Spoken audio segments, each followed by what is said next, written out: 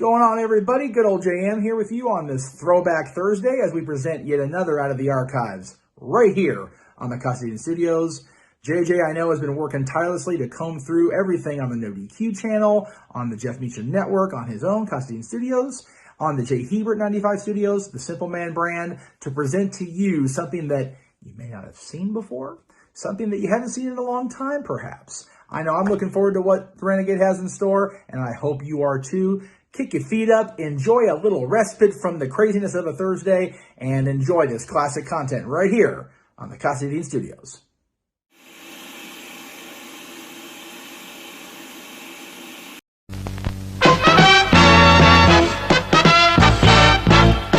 And now, preview time. So let's take a look at what's coming your way.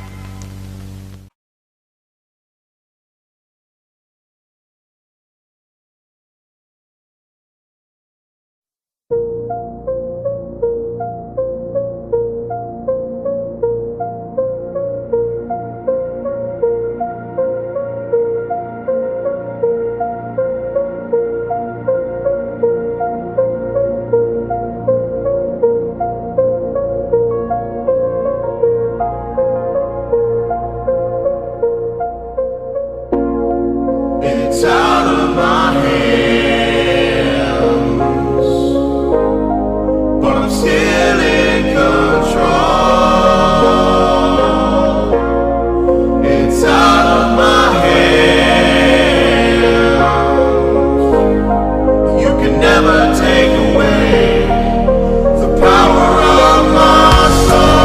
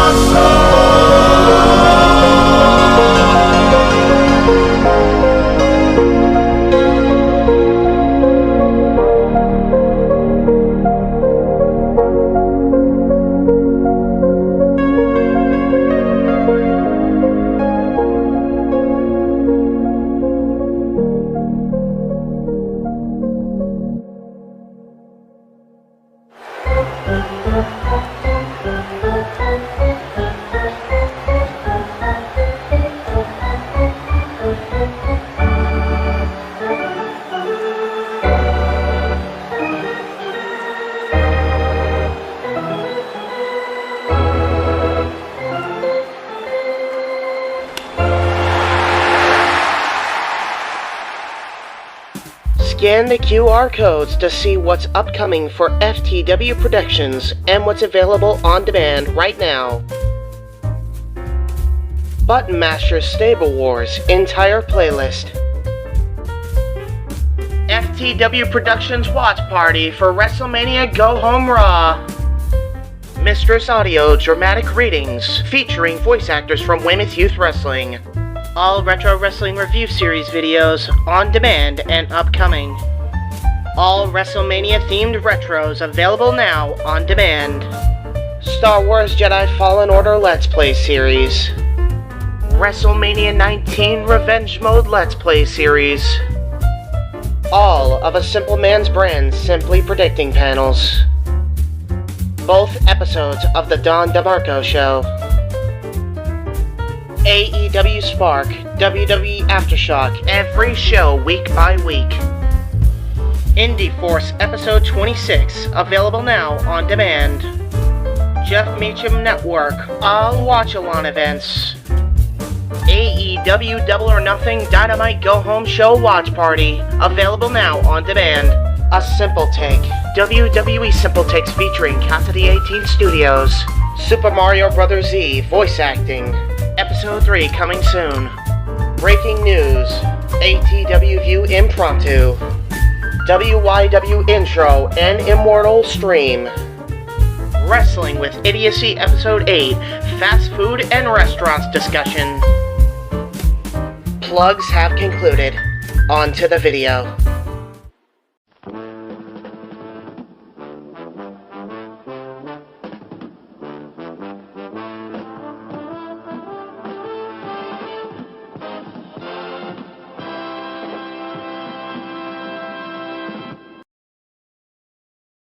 The following program contains strong language that is not suitable for young children.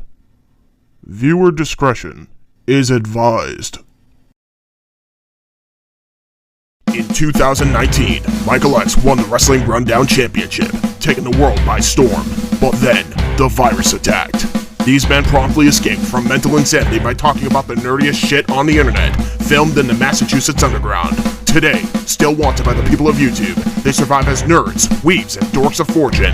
If you have an obsession, if no one else can talk, and if you can subscribe to them, maybe you can hire the Indy Force.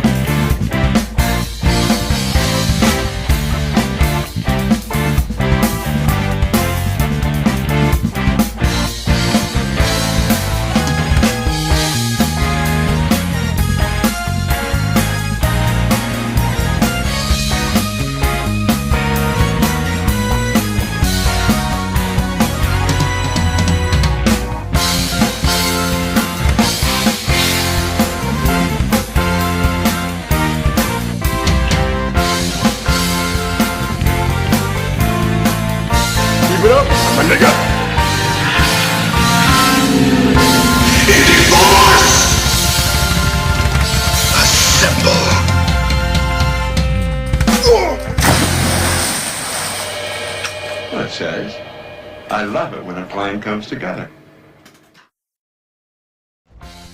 Ladies and gentlemen, welcome to the Indy Force Podcast. It's an extra episode today. It's a podcast for nerds, weebs, and dorks of fortune. And today is AEW Double or Nothing Day. Here we are. Double. It's the podcast today, and, well, we got a new champ. I think you can tell by the fucking crown on his head. Yeah, I'm glad that we decided to make the fucking Burger King the first champ. Bow down to the Burger King. Great. I can't wait till he gets his own games. I can't wait to see Sweet King. Or would he be the Pizza King since he's Greek? He'd be pizza or pasta. How about the Euro King? Peace. What's your national anthem for your title win, Nikos? Pizza, pasta, put the No. Deliver it to my house. Put it on, Michael. Cheesy obedience is all my love. Hey!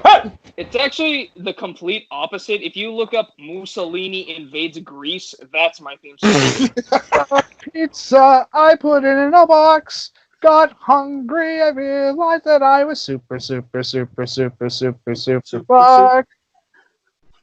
Fastest through Italy, super quick.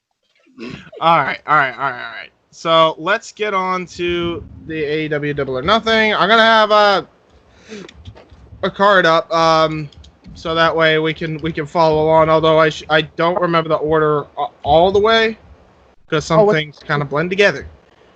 So I actually kind of remember the order of how the card went.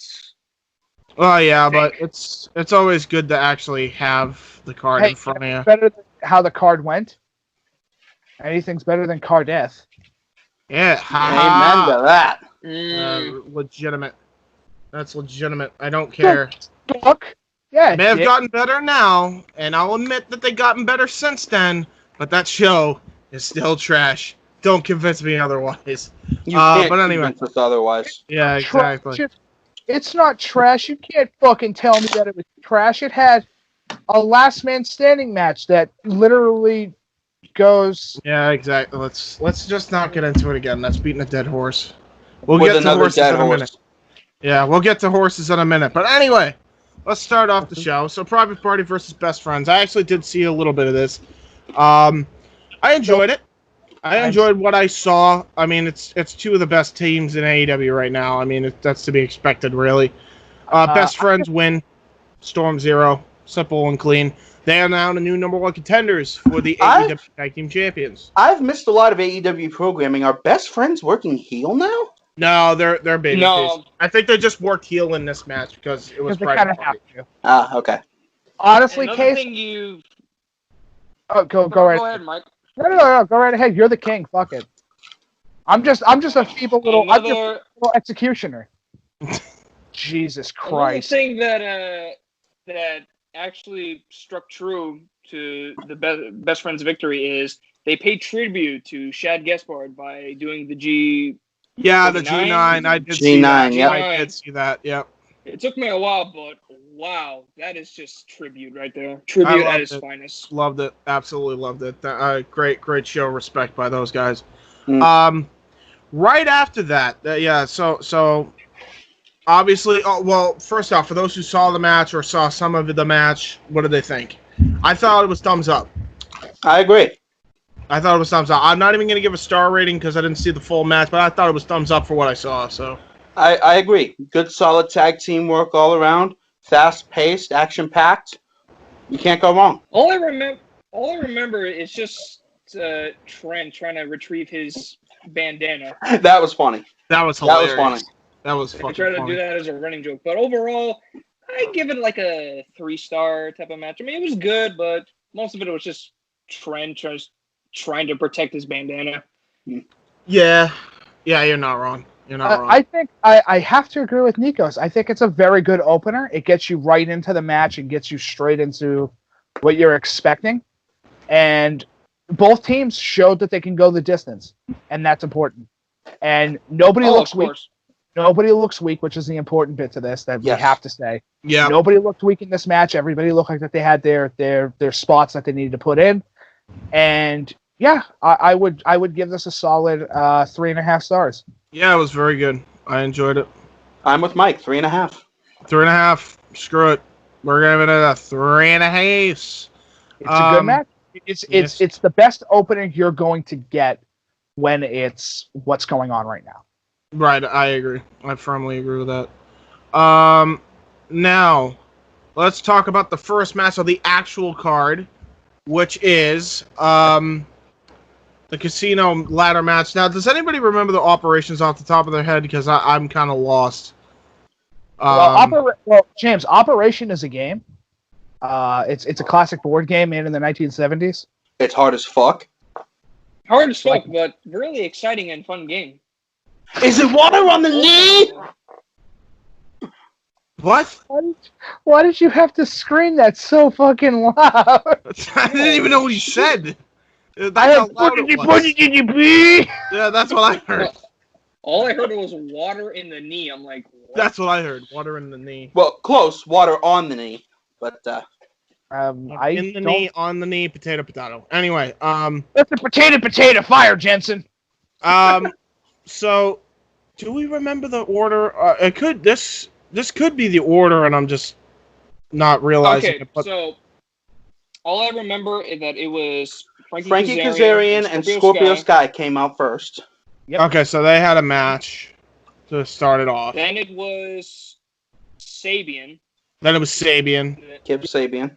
Skip had to come out. And Jimmy Havoc was out there too, which is why he got involved a lot. Where the fuck is Daniels? Daniels, I believe, is kayfabe out with a neck injury. Because of Mr. Brody Lee. Yeah. And Penelope was out there as well. Penelope came out later, I'm pretty sure. Then afterwards, it was Lucha? Was it Luchasaurus or Orange Cassidy? No, it was Orange Cassidy. Yeah. Spent the majority of the match just dicking around, asking. Didn't know what the fuck he was commentators. doing on the match. I love his character, you know. It's the best character where he was just For all the worst dodging reasons. The other guys. Go, you assholes! Where am I supposed to go? How do you do this thing called a ladder match? Oh, how do I put this on the bagel? What do I do from here? Do I climb the ladder or do I not climb the ladder? That is the question. Actually tried to stand. Climb me. The ladder climbs up Orange Cassidy and goes for the freaking poker chip. The ladder is the champ. Done. Confirmed. I forget. Did he We're attempt going to climb? full DDT with this. I don't think he attempted to climb that damn ladder the entire match. Okay. If he was going to climb the ladder, how fucking funny would it be if he did that with his hands in his pockets? He wouldn't have made it. He wouldn't have made it. I'll tell you that. Dude, yes, he would have. I've climbed a ladder without my hands touching it. Well, yeah. I mean, if you want to risk your fucking life, keep in mind you had a steady surface and probably somebody to hold it. He's in the ring with a. No, nobody was. Dude, I was 40 feet in the air. Listen. 40 feet in the air on the side of a house. You shouldn't do it anyway. I can't help it if I got shit in my hands. Anyway, so then it was Orange Cassidy. Was it Luchasaurus after that?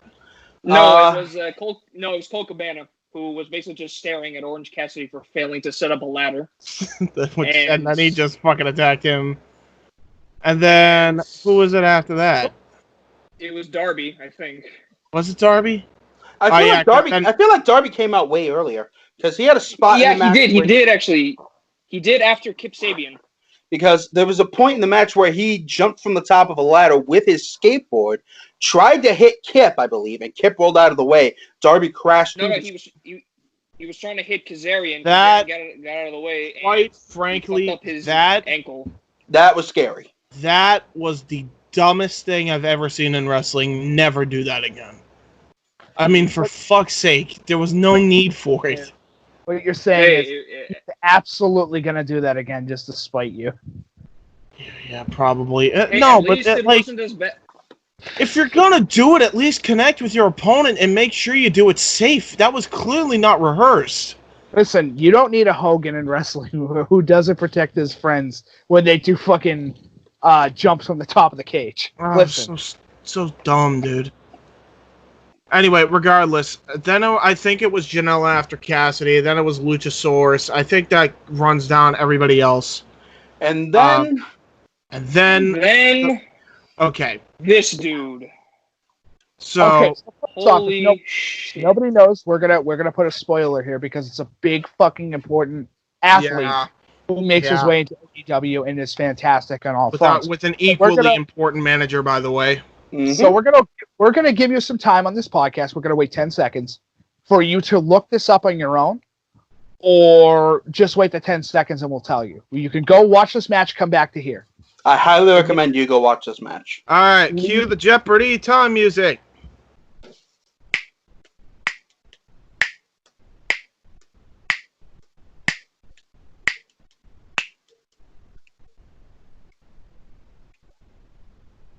All right. Anyway, can I do it, please? Because I actually really like him. Go. WG. Go ahead. Okay, so Brian Cage, or as I like to call him, Sabretooth. Yes. Let's be honest, that's exactly what he is. Is here. He's Sabretooth. He's Sabretooth with a lazy eye. Yes. So Sabretooth. Lazy eyelid, I should say. So Sabretooth in the first movie. The new Beast Incarnate. Yeah. Brian Cage. The better Beast Incarnate. Yes. Yeah, he looks fucking fantastic. He's got a very impressive look to himself. We'll say it right now. My God, perfect fucking choice for manager. Mm-hmm. Oh, dude, absolutely. It starts off with Taz starting off with who can stop. And then I'm thinking, oh, he's going to say the Path of Rage, isn't it? But no, he then says the Path of Cage. And I'm like, no fucking way. Now, Brian Cage, if you have never heard of him, besides the fact that he sounds like a fucking Mortal Kombat character, the son of Johnny, Brian Cage. Seriously. That's what it seems like. Brian is a fantastic athlete. He's played an incredible heel for years, and I think he's better as a heel to begin with. He has the personality and body type that works better as a heel. Agreed. And for Weapon X, fucking awesome that he's doing this guy is totally a mark for X-Men. Of course he is. Look at his whole fucking outfit, dude. Dude, he's straight up inspired by the Wolverine. Even his sideburns are Wolverine-esque. Yeah, he's huge. He's a and big. If you're a super nerd of WYW, according to James Archangel, he cosplayed Luigi in friggin' NoDQ&AV before making Shut up! TNA. That's in kayfabe, you ass. That's in Was that kayfabe. really? That's in kayfabe. Hey, I had to tie in The more NoDQ you know. somehow, and it was an alternate universe, and I'm like, yeah, fuck it, he was Luigi. Hey, I believe it. And yeah, well, now that you've seen him, now you see why. Yeah. Anyway, so yeah, Brian Cage. Here's the two things you need to know for the most part. If you want to see the match again, he's big. but Number these two, were he's scared. yes. And number 3, he broke out of a pile of steel and poker chips to win this fucking match. Yeah, it's like he just rose from the dead after getting beat up by everybody. Here's the other thing that you need to know. He had an awesome exchange with Luchasaurus. Quite honestly, probably one of the best of the night. By far. They were on par with each other. Yeah. They were on match with each other. And that's what wrestling should be. Yeah, you should be equal at the end of it. And that's a match I want. And that's a singles match I want to see. Dude, that's what they set up. They set up a future match between him and Luchasaurus, and they set up a future match between him and Darby Allin because of the association that he's been having with Taz lately. So that just set up hugely for that. And now, how Darby took. Oh, sorry. Go ahead. How Darby took that nasty freaking fall over the ladders. Yeah, like, man. as soon as Brian Cage hauled him over, he just straight up hit against the railing of the ladders and just dropped. Yeah. Darby's going to be the guy who's going to be retired before he hits the age of 30. And he doesn't give a shit either. No, he doesn't. Hey, and at least he knows he's an idiot and doesn't decide to use painkillers to mask the pain. Looking at you, half the 90s WWE roster. Half of the 80s WWE. I'm specifically looking at Jeff. What do you mean still going on? I was specifically talking about Jeff, but anyway. Anyway, the bottom line is, after that ridiculous spot that freaking Darby took, Brian Cage won the match. He got the poker chip, and we'll see what happens. I think rumors have it that he's going to be challenging Moxley at Fyter Fest. I think it's a little too early for that. I feel like if you push him that fast, kind of kill him. We'll see. Going up against the undefeated fucking champion right now. It's one of those. Maybe we wait and I think they should do the Money in the Bank concept, honestly, with this. Like the personally contract, you know. Personally, I kind of agree, but only to a certain extent. I wouldn't have it be just a complete and total. Okay, you have a full year to cash this in. Say you've got 90 to 120 days. That's fine. That's fair. What's half the year? 180. 180? Yeah, 180. There you go, done.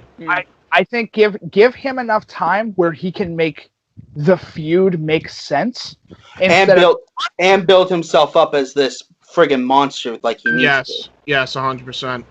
But yeah, very good ladder match. Definitely not the best. There was a lot of sloppiness in the beginning, but I think a lot of that had to do with the fact Rey Fenix was out.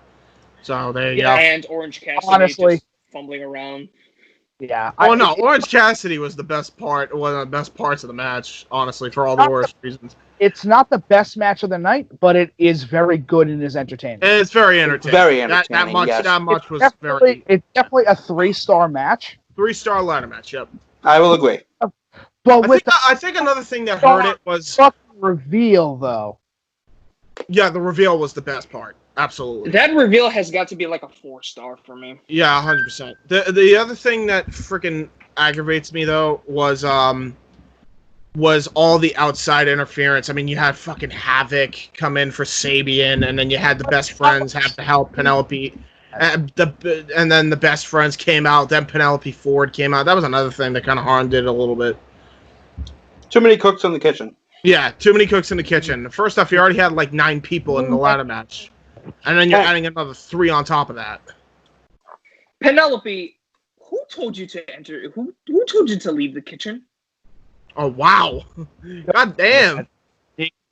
I'm telling you, don't do that. You know, you and I are trying to start our little thing, and we do have a topic on there that we have to cover. We'll wait for that. Man. I'm riling it up, dude. I'm riling it up. I know, but you can't go You're stirring the pot, you fucking dick. Listen, you can't go stir the pot. Are you guys actually going to talk about the JD? Is that what I'm getting at? Are you guys talking about what I think you're going to be talking about with Bliss and JD and that stupid feud? Please tell me you're not. No, why? All right, I was about to say, because I was actually going to talk about that. I think. No. You're thinking of something completely different that's wrestling specific. Oh, okay. It's something different. That's not what we're going to be covering on new podcast coming up soon. Open mic night. Featuring your king. Me. Mike and Mike. And the king. It's going to be both of us because fuck you. All men are kings. It's the king and his execution. Oh God. Oh. Fucking no. Oh fuck. Oh Mike. Anyway, all right. Let's move on. Moving along. We're revealing too much. We'll discuss concepts. We'll discuss concepts later. MJF versus Jungle Boy. This was by far, if you're looking at it from just a pure technical standpoint, one of the better matches of the night. One of the better matches of the night. Holy shit. I mean, you want to talk about a mat clinic between these guys. Jungle Boy proved that he can go. Dude, 27 and 22 respectively. And they're wrestling fucking mat clinics, dude. Like they've been in the business for 30 years. Dude, it's insane. It's insane. MJF, he just proved tonight that not only is he like the best heel talker in the industry, he's actually one of the best all-around wrestlers, period. He's one of the best. He's one of the greats. Like, the one thing that I do want to say, and I think it's relatively important, MJF has had time to learn from the best as well. Oh, yeah. Yeah, he wrestles as he does for the simplistic factor of, hey, he's had time to read about how heels do what they do and how to get into the mindset and become this perfect performer when it comes to being the bad guy. Yep. Because as I've said to you, and I'll say it again, the face may be loved most cases, but the heel's the one that's going to be remembered for all the shit that they just say and do. 100%. I agree with that 100%. The best spot of the match, not only because it was a crazy ass spot, but the way MJF sold it was gold. They're on the Hurricane Rana on the apron. Yeah. They're on the apron. Jungle Boy does the reverse Frankensteiner, and MJF freaking stands on his 2 feet in a daze and falls flat back right after. I legit thought MJF broke his neck. Dude, that was brilliant selling and fantastic spot. It was a wrestling match. Yeah, that's deserved to watch. Yeah, 100%. Technical. It was just entertaining. It was the perfect. It's what baby wrestling face should be. Yeah, it was the perfect baby face versus heel foil match. It really was. You had the underdog baby face. You had the asshole, cowardly, and cheap shot heel. And it was beautifully told. And it ended in pretty much a perfect way. Yeah. Trading off roll-ups, both grabbing the tights, and MJF gets the lucky number 3.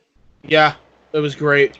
He was also grabbing onto Jungle Boy's arm that was already damaged. Yeah, that was brilliant as well. That was a brilliant spot, and I love how Jungle Boy didn't tap. They didn't let him tap. I love that. I really loved how they went about that. That is how you kill a gimmick completely, is when you have somebody tap. Yeah, it's okay. It's okay to do it if it's like, this is the only way I'm gonna put this motherfucker down. Right. This is my last ditch effort. Right. 100%. It was very good. I enjoyed this definitely. If I had to rate this match, I'd have to rate it like 4.25. It was very, very good. It is definitely a Bret Hart way to book a match. Yeah. Nobody has people's ratings. Their finishers, just fucking do it the right way. Other ratings. I rate 4.25. I'll also give it 4. I'm gonna give it 4 specifically. Just straight up 4, not even a quarter. I'm not gonna give it the quarter, because I feel like the fact of giving it a quarter undermines its possibility of being so much more. And I know he's gonna have better matches in the future. They both are. Yeah. What about you, Case? I'm with Mike. Solid 4. Nikos? I give it a 4.5. 4.5. Oh wow. See, I'm 5-star, but it's nearly. It's up there. Yep. Next up, we got Cody with Arn Anderson versus Lance Archer with Jake Roberts with Mike Tyson as the enforcer and the guy that will present the TNT Championship. You want a brawl, a non-stop brawl between two hosses? Here you go, my guy. Yeah, this is pretty. Well, I mean, and he's not really a hoss. Cody ain't a hoss, but it's deceiving how, like, when you see him stand near Archer, you forget how tall he actually is. Like, when I actually saw how tall he was, I had to remind myself, oh yeah, he's fucking tall. I remember meeting him in real life at Ring of Honor. Yeah. When I flipped him off as payback. That was hilarious. That was great. One thing about that match. Go. So, was I the only one that had a problem with how the TNT Championship looked? Okay, so they did explain this. Well, hold on. They did explain this. It is not even finished yet, but they had to get it ready. The reason why it looks the way it looks now is because they have not finished the gold detail yet. Once they add, there's already an image that's been posted of what it's supposed to look like. I believe by AEW themselves. So it's not finished yet. Once it's and I've seen the finished product, looks fucking amazing. You might as well just put it into the. Yeah, here you go. Boom, done. There it is. So yeah, that's what it's supposed to look like. The reason why it doesn't look like this now is because of this whole COVID bullshit. Which makes sense because, I mean, I'll give an example. Casey and I ordered a very specific product that it took a long fucking time to get down here, and he just got it. What was it, Case? Wait, Friday? you just got... Wait, are you serious? Or are you kidding me? We ordered those May the 3rd. May 3rd. And okay. We got to keep that on the download then. No, I know. I just wanted to say that we got the that we ordered them May 3rd, and it took a while for them to get down here. Oh, you're talking the lightsabers. You thought we got that other thing, didn't you? Yeah, I thought it was the other thing. Yes. Don't worry about that other thing. That other thing will take. We're not leaving you two out of the loop on that one. That's going to be a creation between all four of us. Okay, fair enough. We literally have to sit down together and. Okay. Anyway, before we run out of time for this, because remember, I wanted to try to be 45 minutes. If it's an hour, it's an hour, but I won't really want to try to go for the 45 minutes. All right. Anyway, let's go. So Cody versus Lance Archer. This is my fucking 4.5 match. This was near perfection. Yeah, I agree. I absolutely agree with that. So good as singles one-on-one that I went. There's only one match that beats it, and it's because of the fact of how fucking good they were able to go. But for right now, this is my match. This is my. If I need an example of AEW, of how good AEW is, this is it when it comes to single competitor action. This is definitely for a brand new title. Agreed. Specifically. And seeing Jake Roberts nearly piss himself as Tyson came and blocked him was insane, bro. And the fact that he ripped his shirt off too, like he was gonna go at him. Jake the motherfucking Snake finally felt fear by the baddest son of a man bitch. on the planet, bro. And not only that, before that, he actually didn't take shit from either manager, and he kicked both him and Arn out. And Arn Anderson goes full Bill Belichick. He's like, "What? That's fucking bullshit." I love Arn. Oh, he's the best. Aloha. Aloha. No. Adios, Arn. Adios, Arn. No, the best part about this match to me was just how good Lance Archer is as the fucking Haas. Like, the way he just the variations of tosses and suplexes and fucking just throws was insane. Like, there was a couple of times where I thought he did just mauled Cody. And that was like... It was an absolute slobber knocker. Yeah. And can I just say really quick, I really dig the way Lance Archer cuts his promos. Yeah, He's like a mix. He's almost the perfect example of tranquil fury.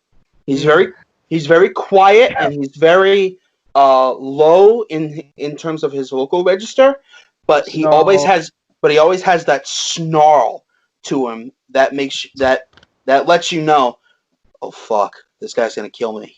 Yeah. I have to talk like this. I'm gonna beat your motherfucking ass. That is a bet. Because everybody motherfucking dies. So Sean Maverick, except way angrier. But if Maverick was more pissed and more, and didn't so give a shit. Luca Lucky. No, because that's because Luca Lucky's fun. This guy's scary. He's scary. This guy appears to be terrifying. Yeah, like you don't want to like be even near him in a bar. Never mind a dark alley. Kind of terrifying. Unless you're big swole, then you could just try and whoop his Oh ass. my god! Yeah, she almost punched his lights out throughout this match. Right? Yep. That was hilarious. You know. Fucking Big Swole trying to take a shot at Lance Archer. She'll back down from no man. She doesn't give a shit. That's because she looks like some fucking abomination. But yeah, after the distraction, because Lance Archer sees that Jake almost got beat up by Tyson, Cody hits the crossroads. He actually hits, I think he hits 3 crossroads to finally beat Archer and win the championship. Holy shit. I'm so glad, and I'll tell you why. Because this means we're getting MJF and Cody for the TNT Championship, and I'm all for it after the match. Damn fucking right. That's a great program to kick off that belt. Honestly, at some point, he has to win something. Yeah. He has to win a championship honestly, other than that ring.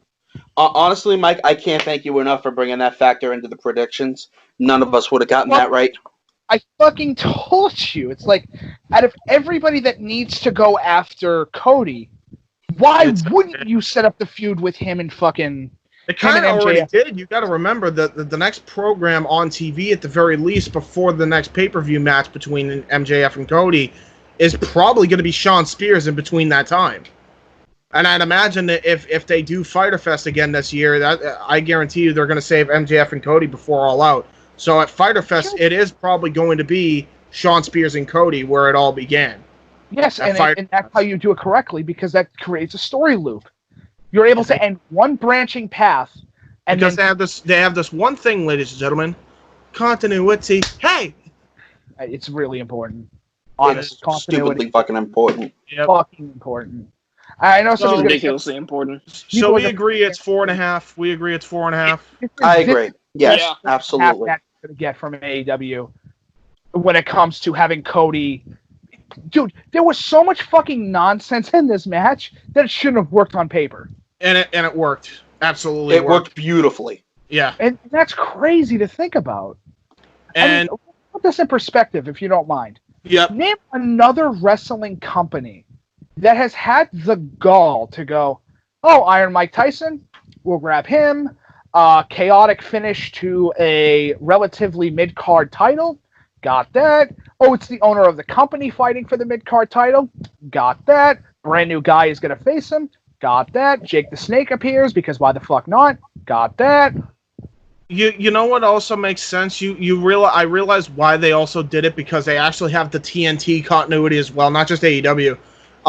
Mike Tyson appeared on a TNT show once. I believe it may have been a boxing thing. So that kind of ties into their canon as well, which is nuts.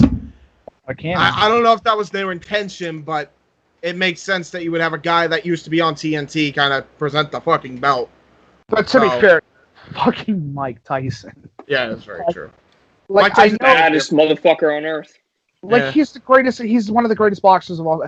We'll get into that later. Trust me. We'll get into that in the actual.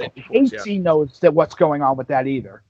No, we'll hold off on that. Yeah, we're gonna hold off on. But let's get to the next match. This was all right. This was not the best match of the show. This was probably the least best match. It wasn't even terrible, by the way. That's like saying this was the bronze out of silver, gold, and platinum. This was Chris Statlander versus Penelope Ford with Kip Sabian, all taped up from the ladder match. Taped up and on crutches. Chris Statlander won. No surprise there. It's a good 3-star. It wasn't terrible. It's definitely that midpoint of the match that you're like. This is definitely your cool down match of the night. Yeah, that's the best way to do it. Honestly, you need those fucking moments for the fan base to sit there and go, all right, cool. I get to go grab a snack. I'll come back. Not much is happening. Cool. I'll take a break.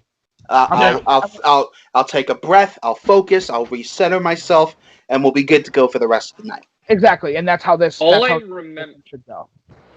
What? All I remember from that match was when Penelope Ford was trying to pin Chris Statlander, and when she kicks out, all I heard was some screeching sound, and that scared the shit out of me. I look up and I see the girl. I'm like, I forgot you were there. Oh my god! I just forgot that Vicky Guerrero was there. Yep, Vicky Guerrero was there. It's actually nice. I gotta say, it's actually nice to see her not in character for once. Yeah, well, no, she kind of was in character, wasn't she? She kind of was. At that point, yes, but earlier on in the night, you just saw her taking in the show, enjoying it as a fan, and it's like, okay, that's nice and wholesome. Yeah. You know, they didn't just ban her from events because she went to another wrestling company. Fucking Stanford. It's almost like that she had to leave a cursed situation that was bad for her health. Yeah.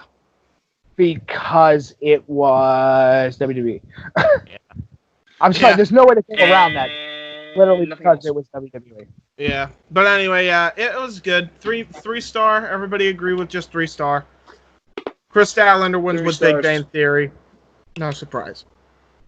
So there you go. 3-star match. Very, very nice cool down. Then we get to the comedy match of the night. I didn't expect this was going to be the comedy match of the night. But Sean Spears did a hell of a job. Sean Spears comes out. He's doing his Sean Spears news gimmick. He's basically saying he does the Shawn Michaels approach where he plays the music once, but it's not. Dustin's not coming out. He's like, sorry, I couldn't resist. Yeah, no, he's not coming out. So you know, Arbery, start the match now. This is an official match on the card. Count him out right now. So he starts. But Shawnee's not here. He's not here. It doesn't matter. It's an official match on the card. I'm in the ring. Ring the bell or whatever. And then all of a sudden, Dustin's music plays again. Aubrey gets to 2, and then Dustin's music hits again. He's trying to talk down the sound crew, and then here comes Brandy out from behind the curtain. And then out comes Dustin. From behind Sean Spears. And he was like, oh shit. And then it was off to the races of a beatdown. It was an unnecessary strip down of Sean Spears because, again, he was not ready to compete. And I really didn't know he should have been because he made the Sean Spears' bare ass on the screen. And to say nothing of Tully Blanchard's face on his underwear. Right near his crotch. It wasn't even near his underwear. It was on his crotch. Let's call it what it is. Listen, he recruited his own manager? His boner. Oh, no. His boner is Tully Blanchard's face, okay?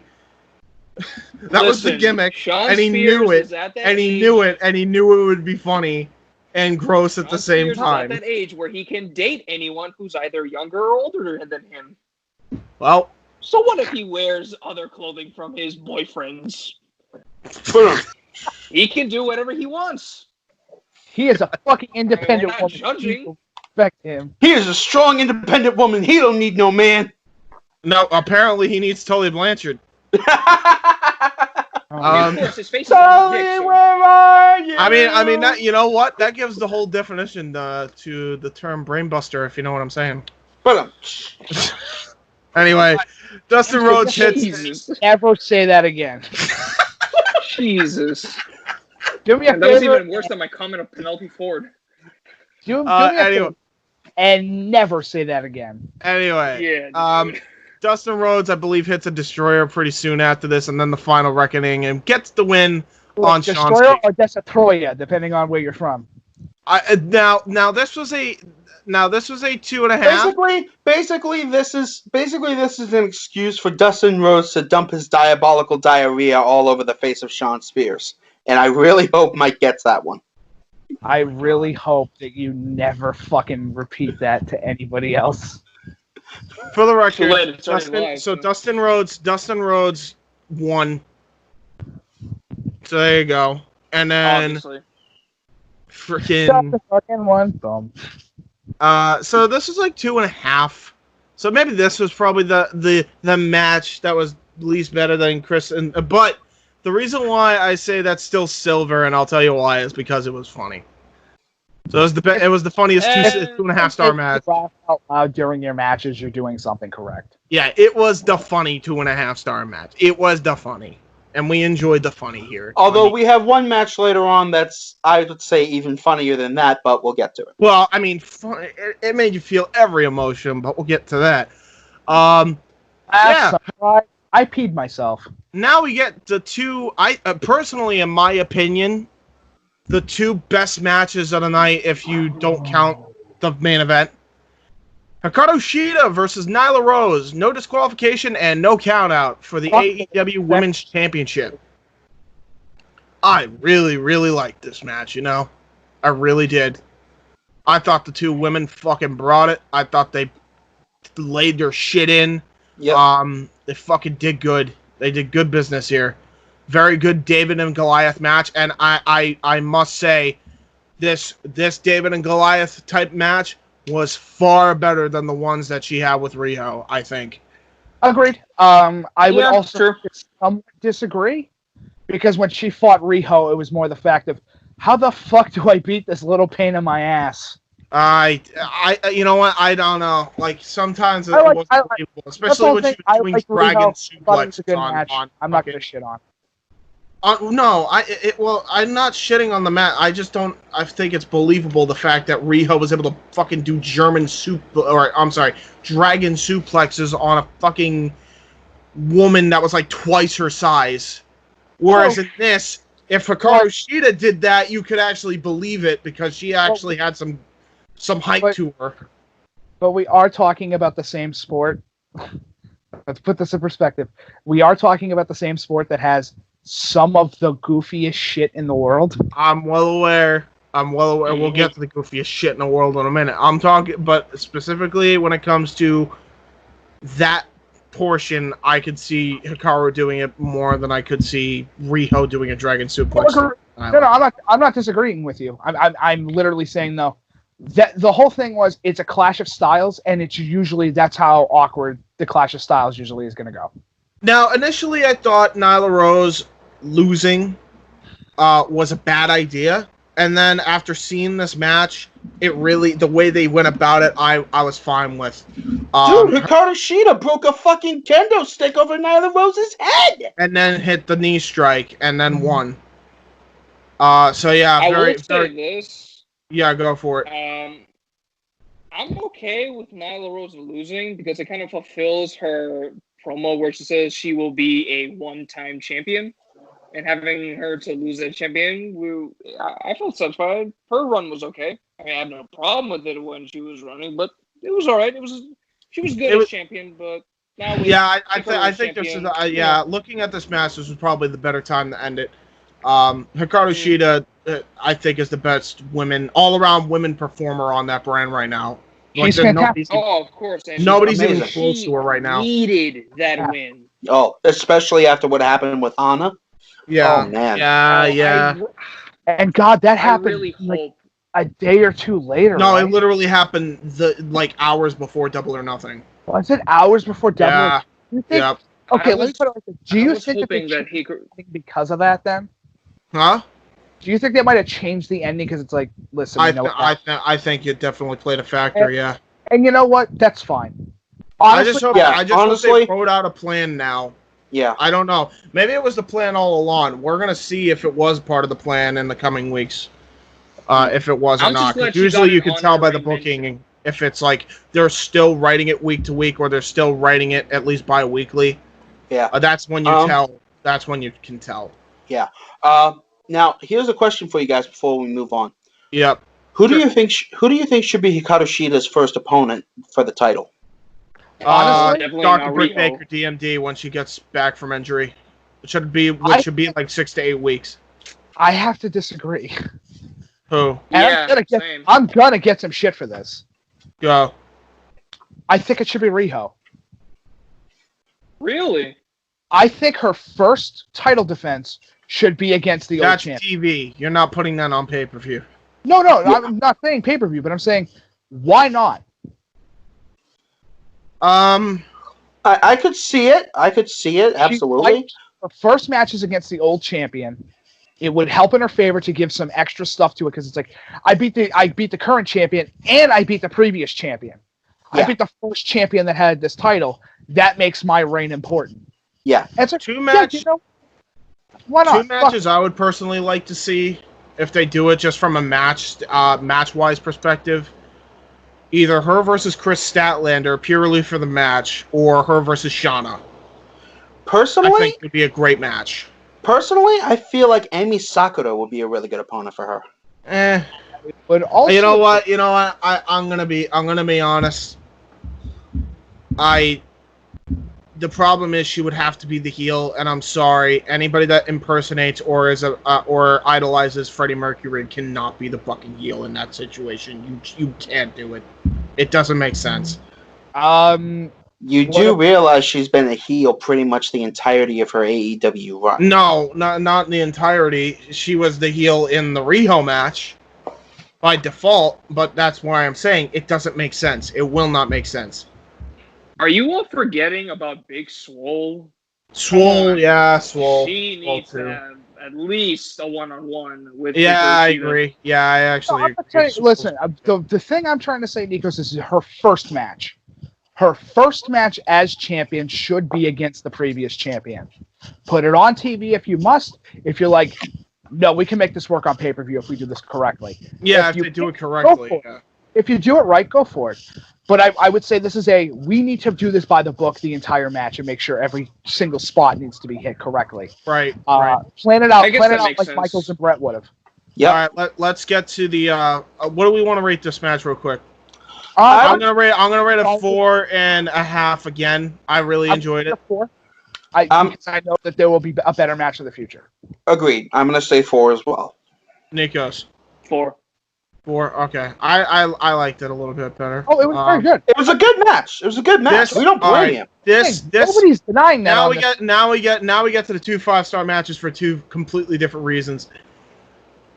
Jon Moxley versus Brody Lee. Oh, boy. God, it's the best match I've ever seen in the show. Oh, holy hell. It's AEW at its finest for the fact of how do we make our heel look really good and not shitty and keep the belt general appeal of our fucking champion. Oh, referee stoppage? Oh, not Hell in the Cell of Seth Rollins versus The Fiend? Yep. Oh yeah, that's my example. I know somebody out there in the comment section of somebody that's watching this goes, "That's a fucking cheap shot." No. You don't get to call that a cheap shot because of the fact that it's the same fucking finish, but it was done better and it made more fucking sense. Yep. You don't get to fucking sit there add us. and cherry pick.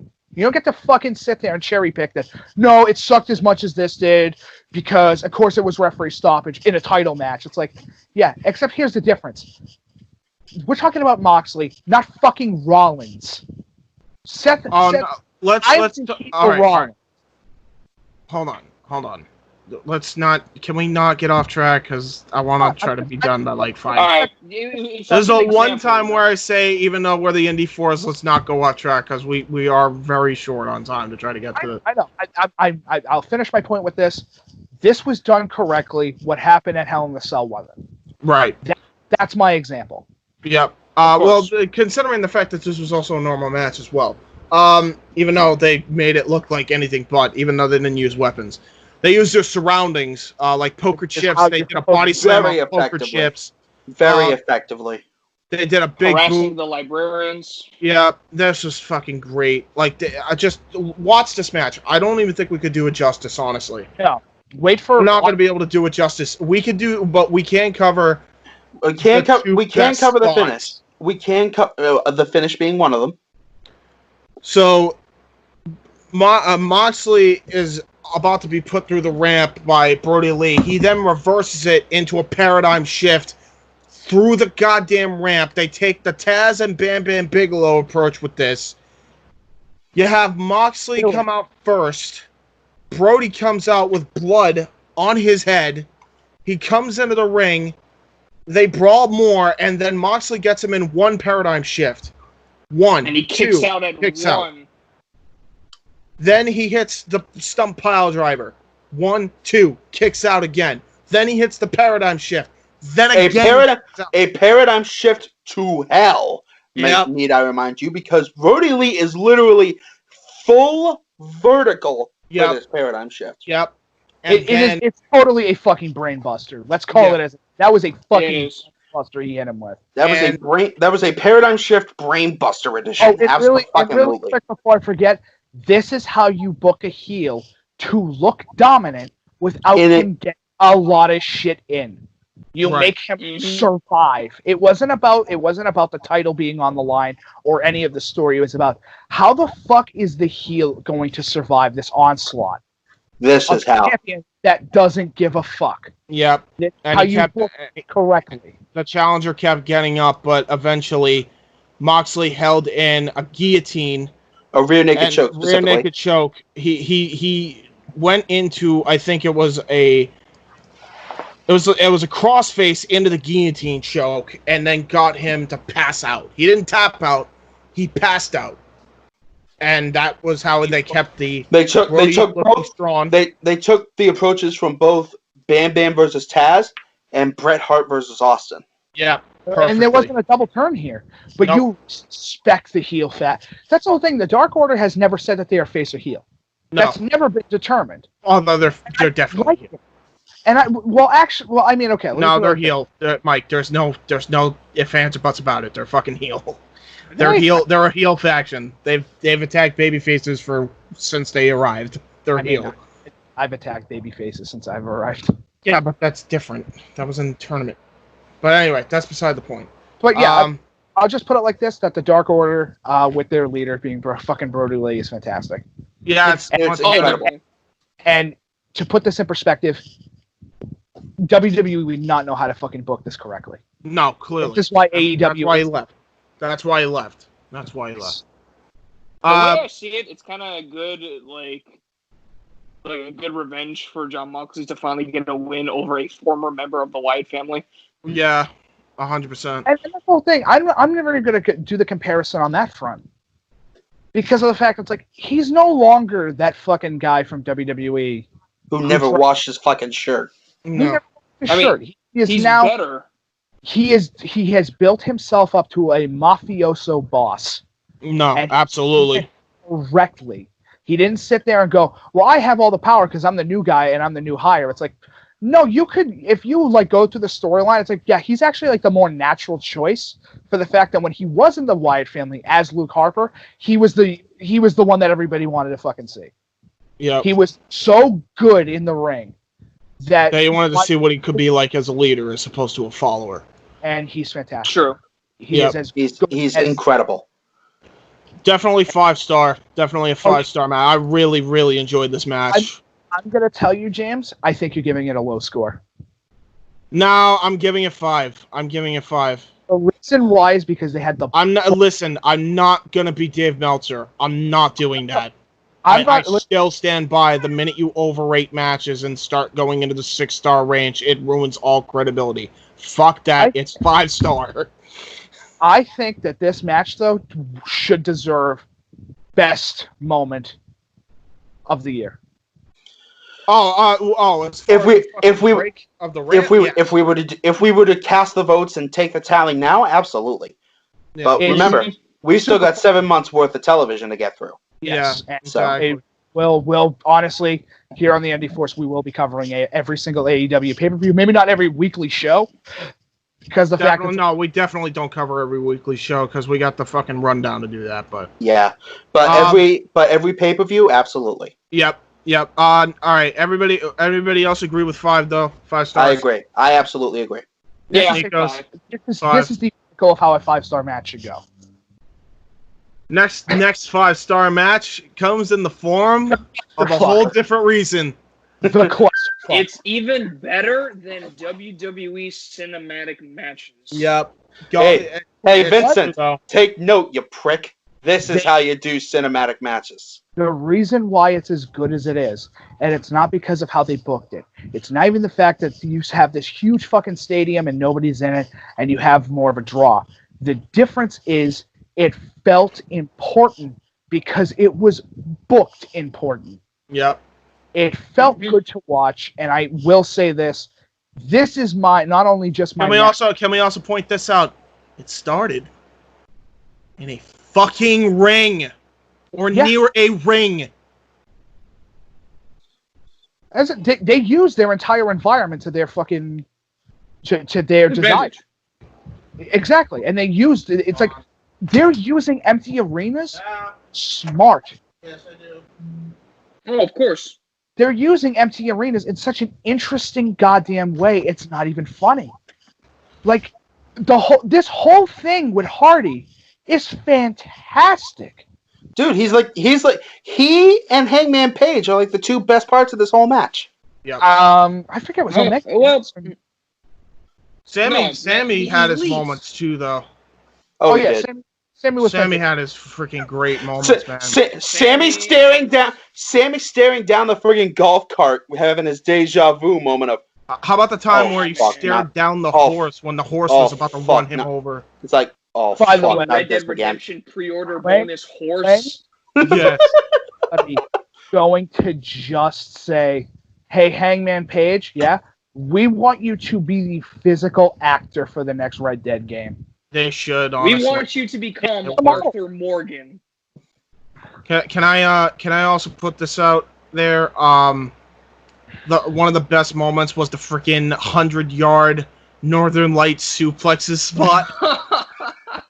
It was awesome. By Mr. Matt Jackson onto Chris Jericho, I believe. Was it Jericho that took all those? No, that was... I think it was Jericho. I think it was Jericho, actually. Which is nuts. How old he is, and he's taking that on natural turf.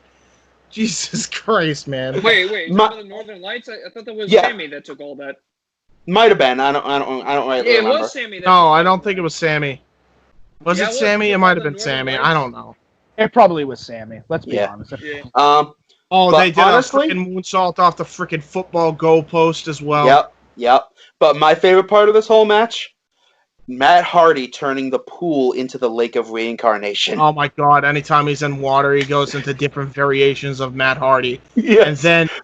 And then the line of the match. I'm going to need you to sit in this chair with wheels for a couple of days, if you don't mind. That was the best. And then what happened? What happened to? Didn't Ortiz have an awesome spot in this as well, where he gets thrown into a freezer? Yep. And then this will help your inflammation. It's the best, man. Santana was just working that bell shot. Oh my lord. Okay, can I tell a quick thing if you don't mind? Go ahead. I started watching this pay-per-view at about 11 o'clock. I had to watch it a little bit later than when it actually came out. Yeah. By the time that I finished, it was fucking 4 o'clock in the morning. And I stop watching. I literally was so tired that I'm like, as soon as it ended, my body went, and you're done. And you're done. You're gonna because you couldn't stop watching because it was enthralling. Good night. Invested. Yep.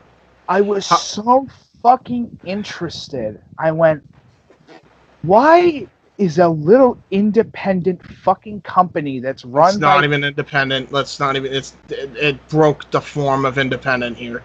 Can we also talk about Jake Hager hunts down Hangman, and Hangman goes, "You want to fight or do you want to drink? Be honest." And then he goes and drinks with them, and he's like, "You know what? On second thought, I changed my mind." Smashes the glass over him, and they start brawling. It's like, "Yeah, let's go." And then they freaking Hangman Page enjoys milk-flavored whiskey. Then he gets, we'll get to that. And then he gets tossed into the freaking all the beer on the counter, and then they share a drink. Omega and Hangman. Omega and Hangman share a drink. Kenny Omega has milk and he has beer, and they toast and drink, and then go out to help the rest of them. And then you're also forgetting one thing. Omega and Hangman, they keep smashing Hager's face with fucking bubbly. Yeah, 100%. Some of the compilation. Every time Hager gets hit with a little bit of bubbly, do you hear Jericho going, bubbly? Yes. All right, just because I'm not even trying to rush, but I really don't have a choice because dinner's happening. So we can't break down every spot. There was way too many. We already mentioned the golf cart, so we'll skip right to the end. Sammy outruns the golf cart this time. He goes all the way up to the grandstands. He says, he's choking Matt Hardy. He says, I'm going to kill you. I'm going to kill you. Like, I've never seen so much conviction from Sammy. That was very good acting, by the way. Then another drone comes to save Matt Hardy by distracting him. And then Kenny Omega hits him with the V-trigger. They bring him up. Twist of fate on the thing. And it's the damnedest one-winged angel you've ever seen. Oh, yeah. They went from a platform and they smashed through a freaking board and stuff. 1, 2, 3. And the Elite wins. And I was like, holy shit, Nico's just won. By a fucking coin flip, too. Yeah, by a coin flip. As I said, the hands of fate will determine what will happen. And the hands of fate have chosen their champion. 10 seconds later, we just hear Nikos go, Sisters of Fate, you have chosen to face off against me, the god of war. Yeah. Fate is another lie told by the gods. Nothing is written that cannot be unwritten. The best part of this match was the commentators because they had a blast calling. You could tell they were. You could tell JR and Tony Schiavone especially were having a fucking ball with this match. As I'll say, and I'll say it one more time before we switch gears here. Yes. This is how you run a wrestling show without an audience. Yep, and 100%. And they had an audience, and they still had an audience. As small as they were. And that's crazy. Like, we're in one of the worst times right now when it comes to entertainment, and they're able to do it. It's nuts. Yep, that's why I say I'm to AEW all the way over WWE. Here's the difference between AEW and WWE. AEW writes for the limitations as opposed to around them. Yep, that's the and true WWE statement. Just has limitations. Yep. Because they're childs and don't like to admit when their toys get taken away. Anyway, that's beside the point. Can we give this the rating? 5 stars all the way. 5 fucking stars. I don't think there's any debate with anybody in this chat. Not a one. We still didn't do any justice to this pay-per-view or this match. Go watch it. It was a fucking great show. I really enjoyed this. Definitely not the best. It wasn't better than All or Nothing last year, in my opinion, but it was still very, very, very, very entertaining, very good. Definitely give this a watch. Absolutely. It will be worth your time. A minus, I would say overall. As A minus absolutely is the fair grade. Absolutely. A minus all the way. So that being said, thank you guys for watching this Indy Force Extra. If you liked it, please make sure you subscribe and hit that post notification bell. Like that video. Comment down below what you thought of AEW Double or Nothing.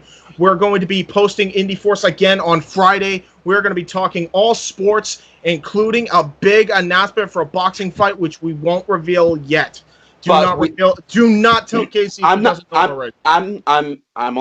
did see it in the chat. All right, never mind. But all I'm going to say is this.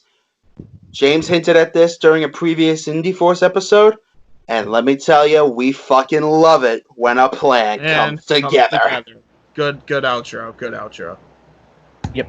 But then he ended up joining WCW and the Alliance. Because when people think WCW, they think of the guy that basically helped WWF win the war, Stone Cold Steve Austin. Eric Bischoff, Uncle Bischoff, doesn't like his nephew Eugene. And we got Coach in Ohio, sporting Michigan-colored you, fucker. That pissed me off. Don't even get me started on Tony Storm crying. Oh, she cried. And the glass shatters. He opens the door. And off we go. Brawl ensues. They go all the way towards the Dipping Dots section where Cody dumps his Jericho's head in the Dipping Dots. Next was Best Friends getting interviewed. And somewhere Jim Cornette had a conniption fit. I got a ticket! Get out of here! You don't mess with me! Get out of here! I have a ticket! And literally, security and the police escort the Nightmare family off the premises. MJF says, How you looking now, midlife, Chris? To get by, cause I keep ticking like a metronome, and my thoughts keep telling me to get me home, but my balls keep telling me to let me just let me That clock keeps ticking like a metronome, and my thoughts keep telling me to get me. A table from hell with the Psycho Asylum. An Iron Man match of factorial proportions. Man. In this fight, I will melt you down to slag. Versus Machine. I calculate a 0.85% chance that you will win in your current condition. All Metal Mayhem. Colleen Horizon. When you throw me into the wolves, I will return leading the pack. Vera McGarden. And I'll do anything to be the warrior on top. For the Athena title, best friends turned bitter rivals. Johnny Starr. Don't get in the way of the star or you'll get burned. James, the Archangel. I'm the real star of this brand. For the international title, the Outsider, Mark Young. The Executioner, Michael X. For the WYW World Heavyweight title. 2 out of 3 fall. Inside. In a hell in a cell. WYW Immortal. Now available on YouTube.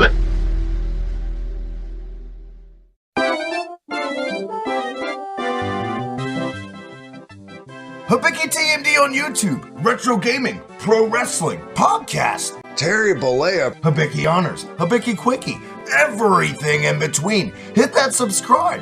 Follow me on Twitter at the Habiki TMD. And hey!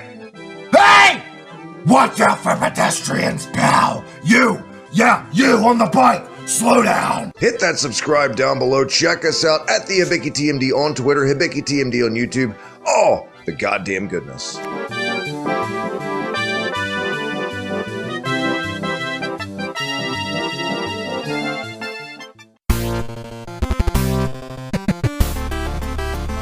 What's up, bitches? Are you tired of being bored during quarantine? Well, to pass the time, check out hundreds of free classic games on PlayEmulator.com. This site offers so many classic titles from the Nintendo Entertainment System, all the way to the Game Boy Color. They also have a huge PSX library, along with an even bigger Sega library. The collection is massive and has hundreds of games, including, but not limited to, Sonic the Hedgehog, Super Mario World, Donkey Kong Country, the original Streets of Rage, Pac-Man and Mrs. Pac-Man, WWF No Mercy, Mike Tyson's Punch-Out, Virtual Pro Wrestling, Super Mario 64, F-Zero and F-Zero X, the original Tetris, Contra, WCW NWO Revenge, Doom 64, all Street Fighter 2 titles, Pokemon X and Y, Mario and Luigi Superstar Saga, the Ultimate Mortal Kombat Trilogy, and much, much more.